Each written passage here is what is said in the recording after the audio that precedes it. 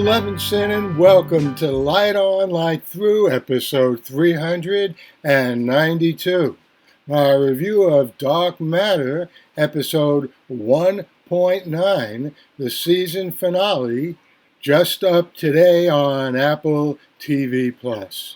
And while I have unsettled feelings about this season 1 finale of Dark Matter, but they all point to a series eminently worth watching and continuing.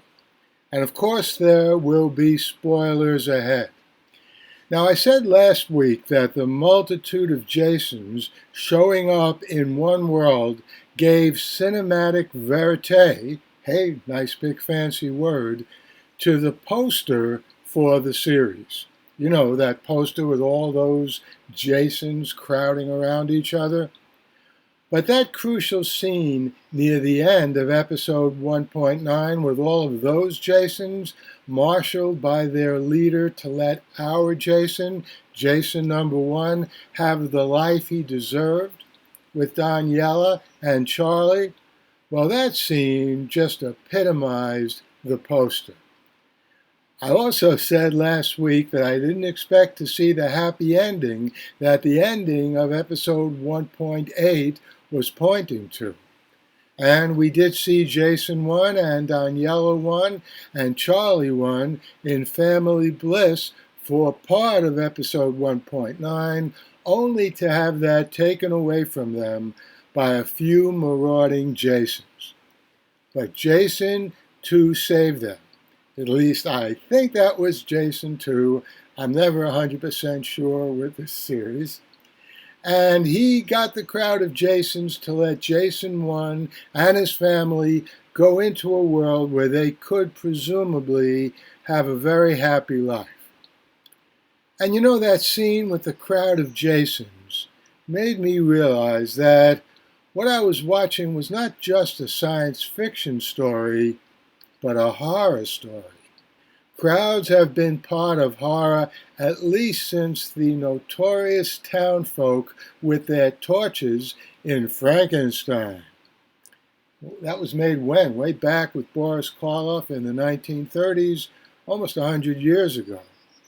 Now, they weren't carrying torches in Dark Matter 1.9, and they were different versions of the same person, but they felt to me to have a real kinship with those villagers in Frankenstein. Mary Shelley's and Blake Crouch's stories, after all, are both vivid testaments to the horror that uncontrolled science can bring us. And you know, The Twilight Zone often focused on this field of dreams turned nightmares as well. And so the Jason 1 family has a happy ending. And Jason 2 has seen the error of his ways and he redeems himself. But you know, there are an infinity of stories in that crowd of Jasons. And in this, our off-screen reality, I can envision a Canterbury Tales of Dark Matter stories spanning years. Now, I know that Blake Crouch, the author of the novel and one of the main forces, if not the main force behind the production of this series, recently said to Deadline in an interview, and I'll put up the URL to the interview on the webpage for this episode of Light On, Light Through. But Blake Crouch said he thought that his alternate histories told more than enough stories in the 9 episodes.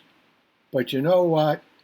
As some of you may recall who have been listening to this podcast since, 2006, when I first started doing Light On, Light Through, as some of you know, I'm a great believer in I.A. Richards and what he said in literary criticism, which, to make a long story short, is the last person you should ask about what a story is about and what's going to happen with the story is the creator of the story. because that person is too close to the story to have the panoramic view. And so I predict, notwithstanding what Blake Crouch said, that we will see more of Dark Matter in the future. The Light on Light Through podcast. And I hope you enjoyed this review of the season finale, what I hope is just the season 1 finale of Dark Matter. I'll be back here next week with another review. It won't be of Dark Matter. Might be of the Lazarus Project. Who knows? Maybe I'll do a review of Presumed Innocent, a new series which is also on Apple TV+. We'll see. In the meantime, stay safe, stay sound, and enjoy. The Light on Light Through podcast.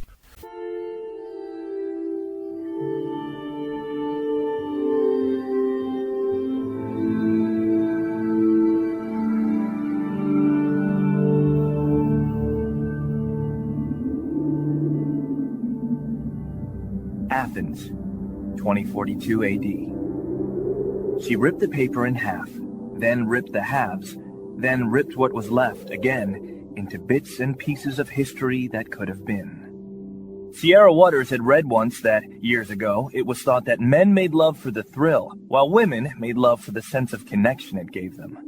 Curled Up with a Good Book says, Sierra Waters is sexy as hell. You can find out more about The Plot to Save Socrates by Paul Levinson at theplot2savesocrates.com. Your brilliant story, it's real life. Paul Levinson spilt codes about an ancient biotech war raging on in secret for centuries. Reading words from Paul Levinson's mind. His tales take the stage, leave the world behind.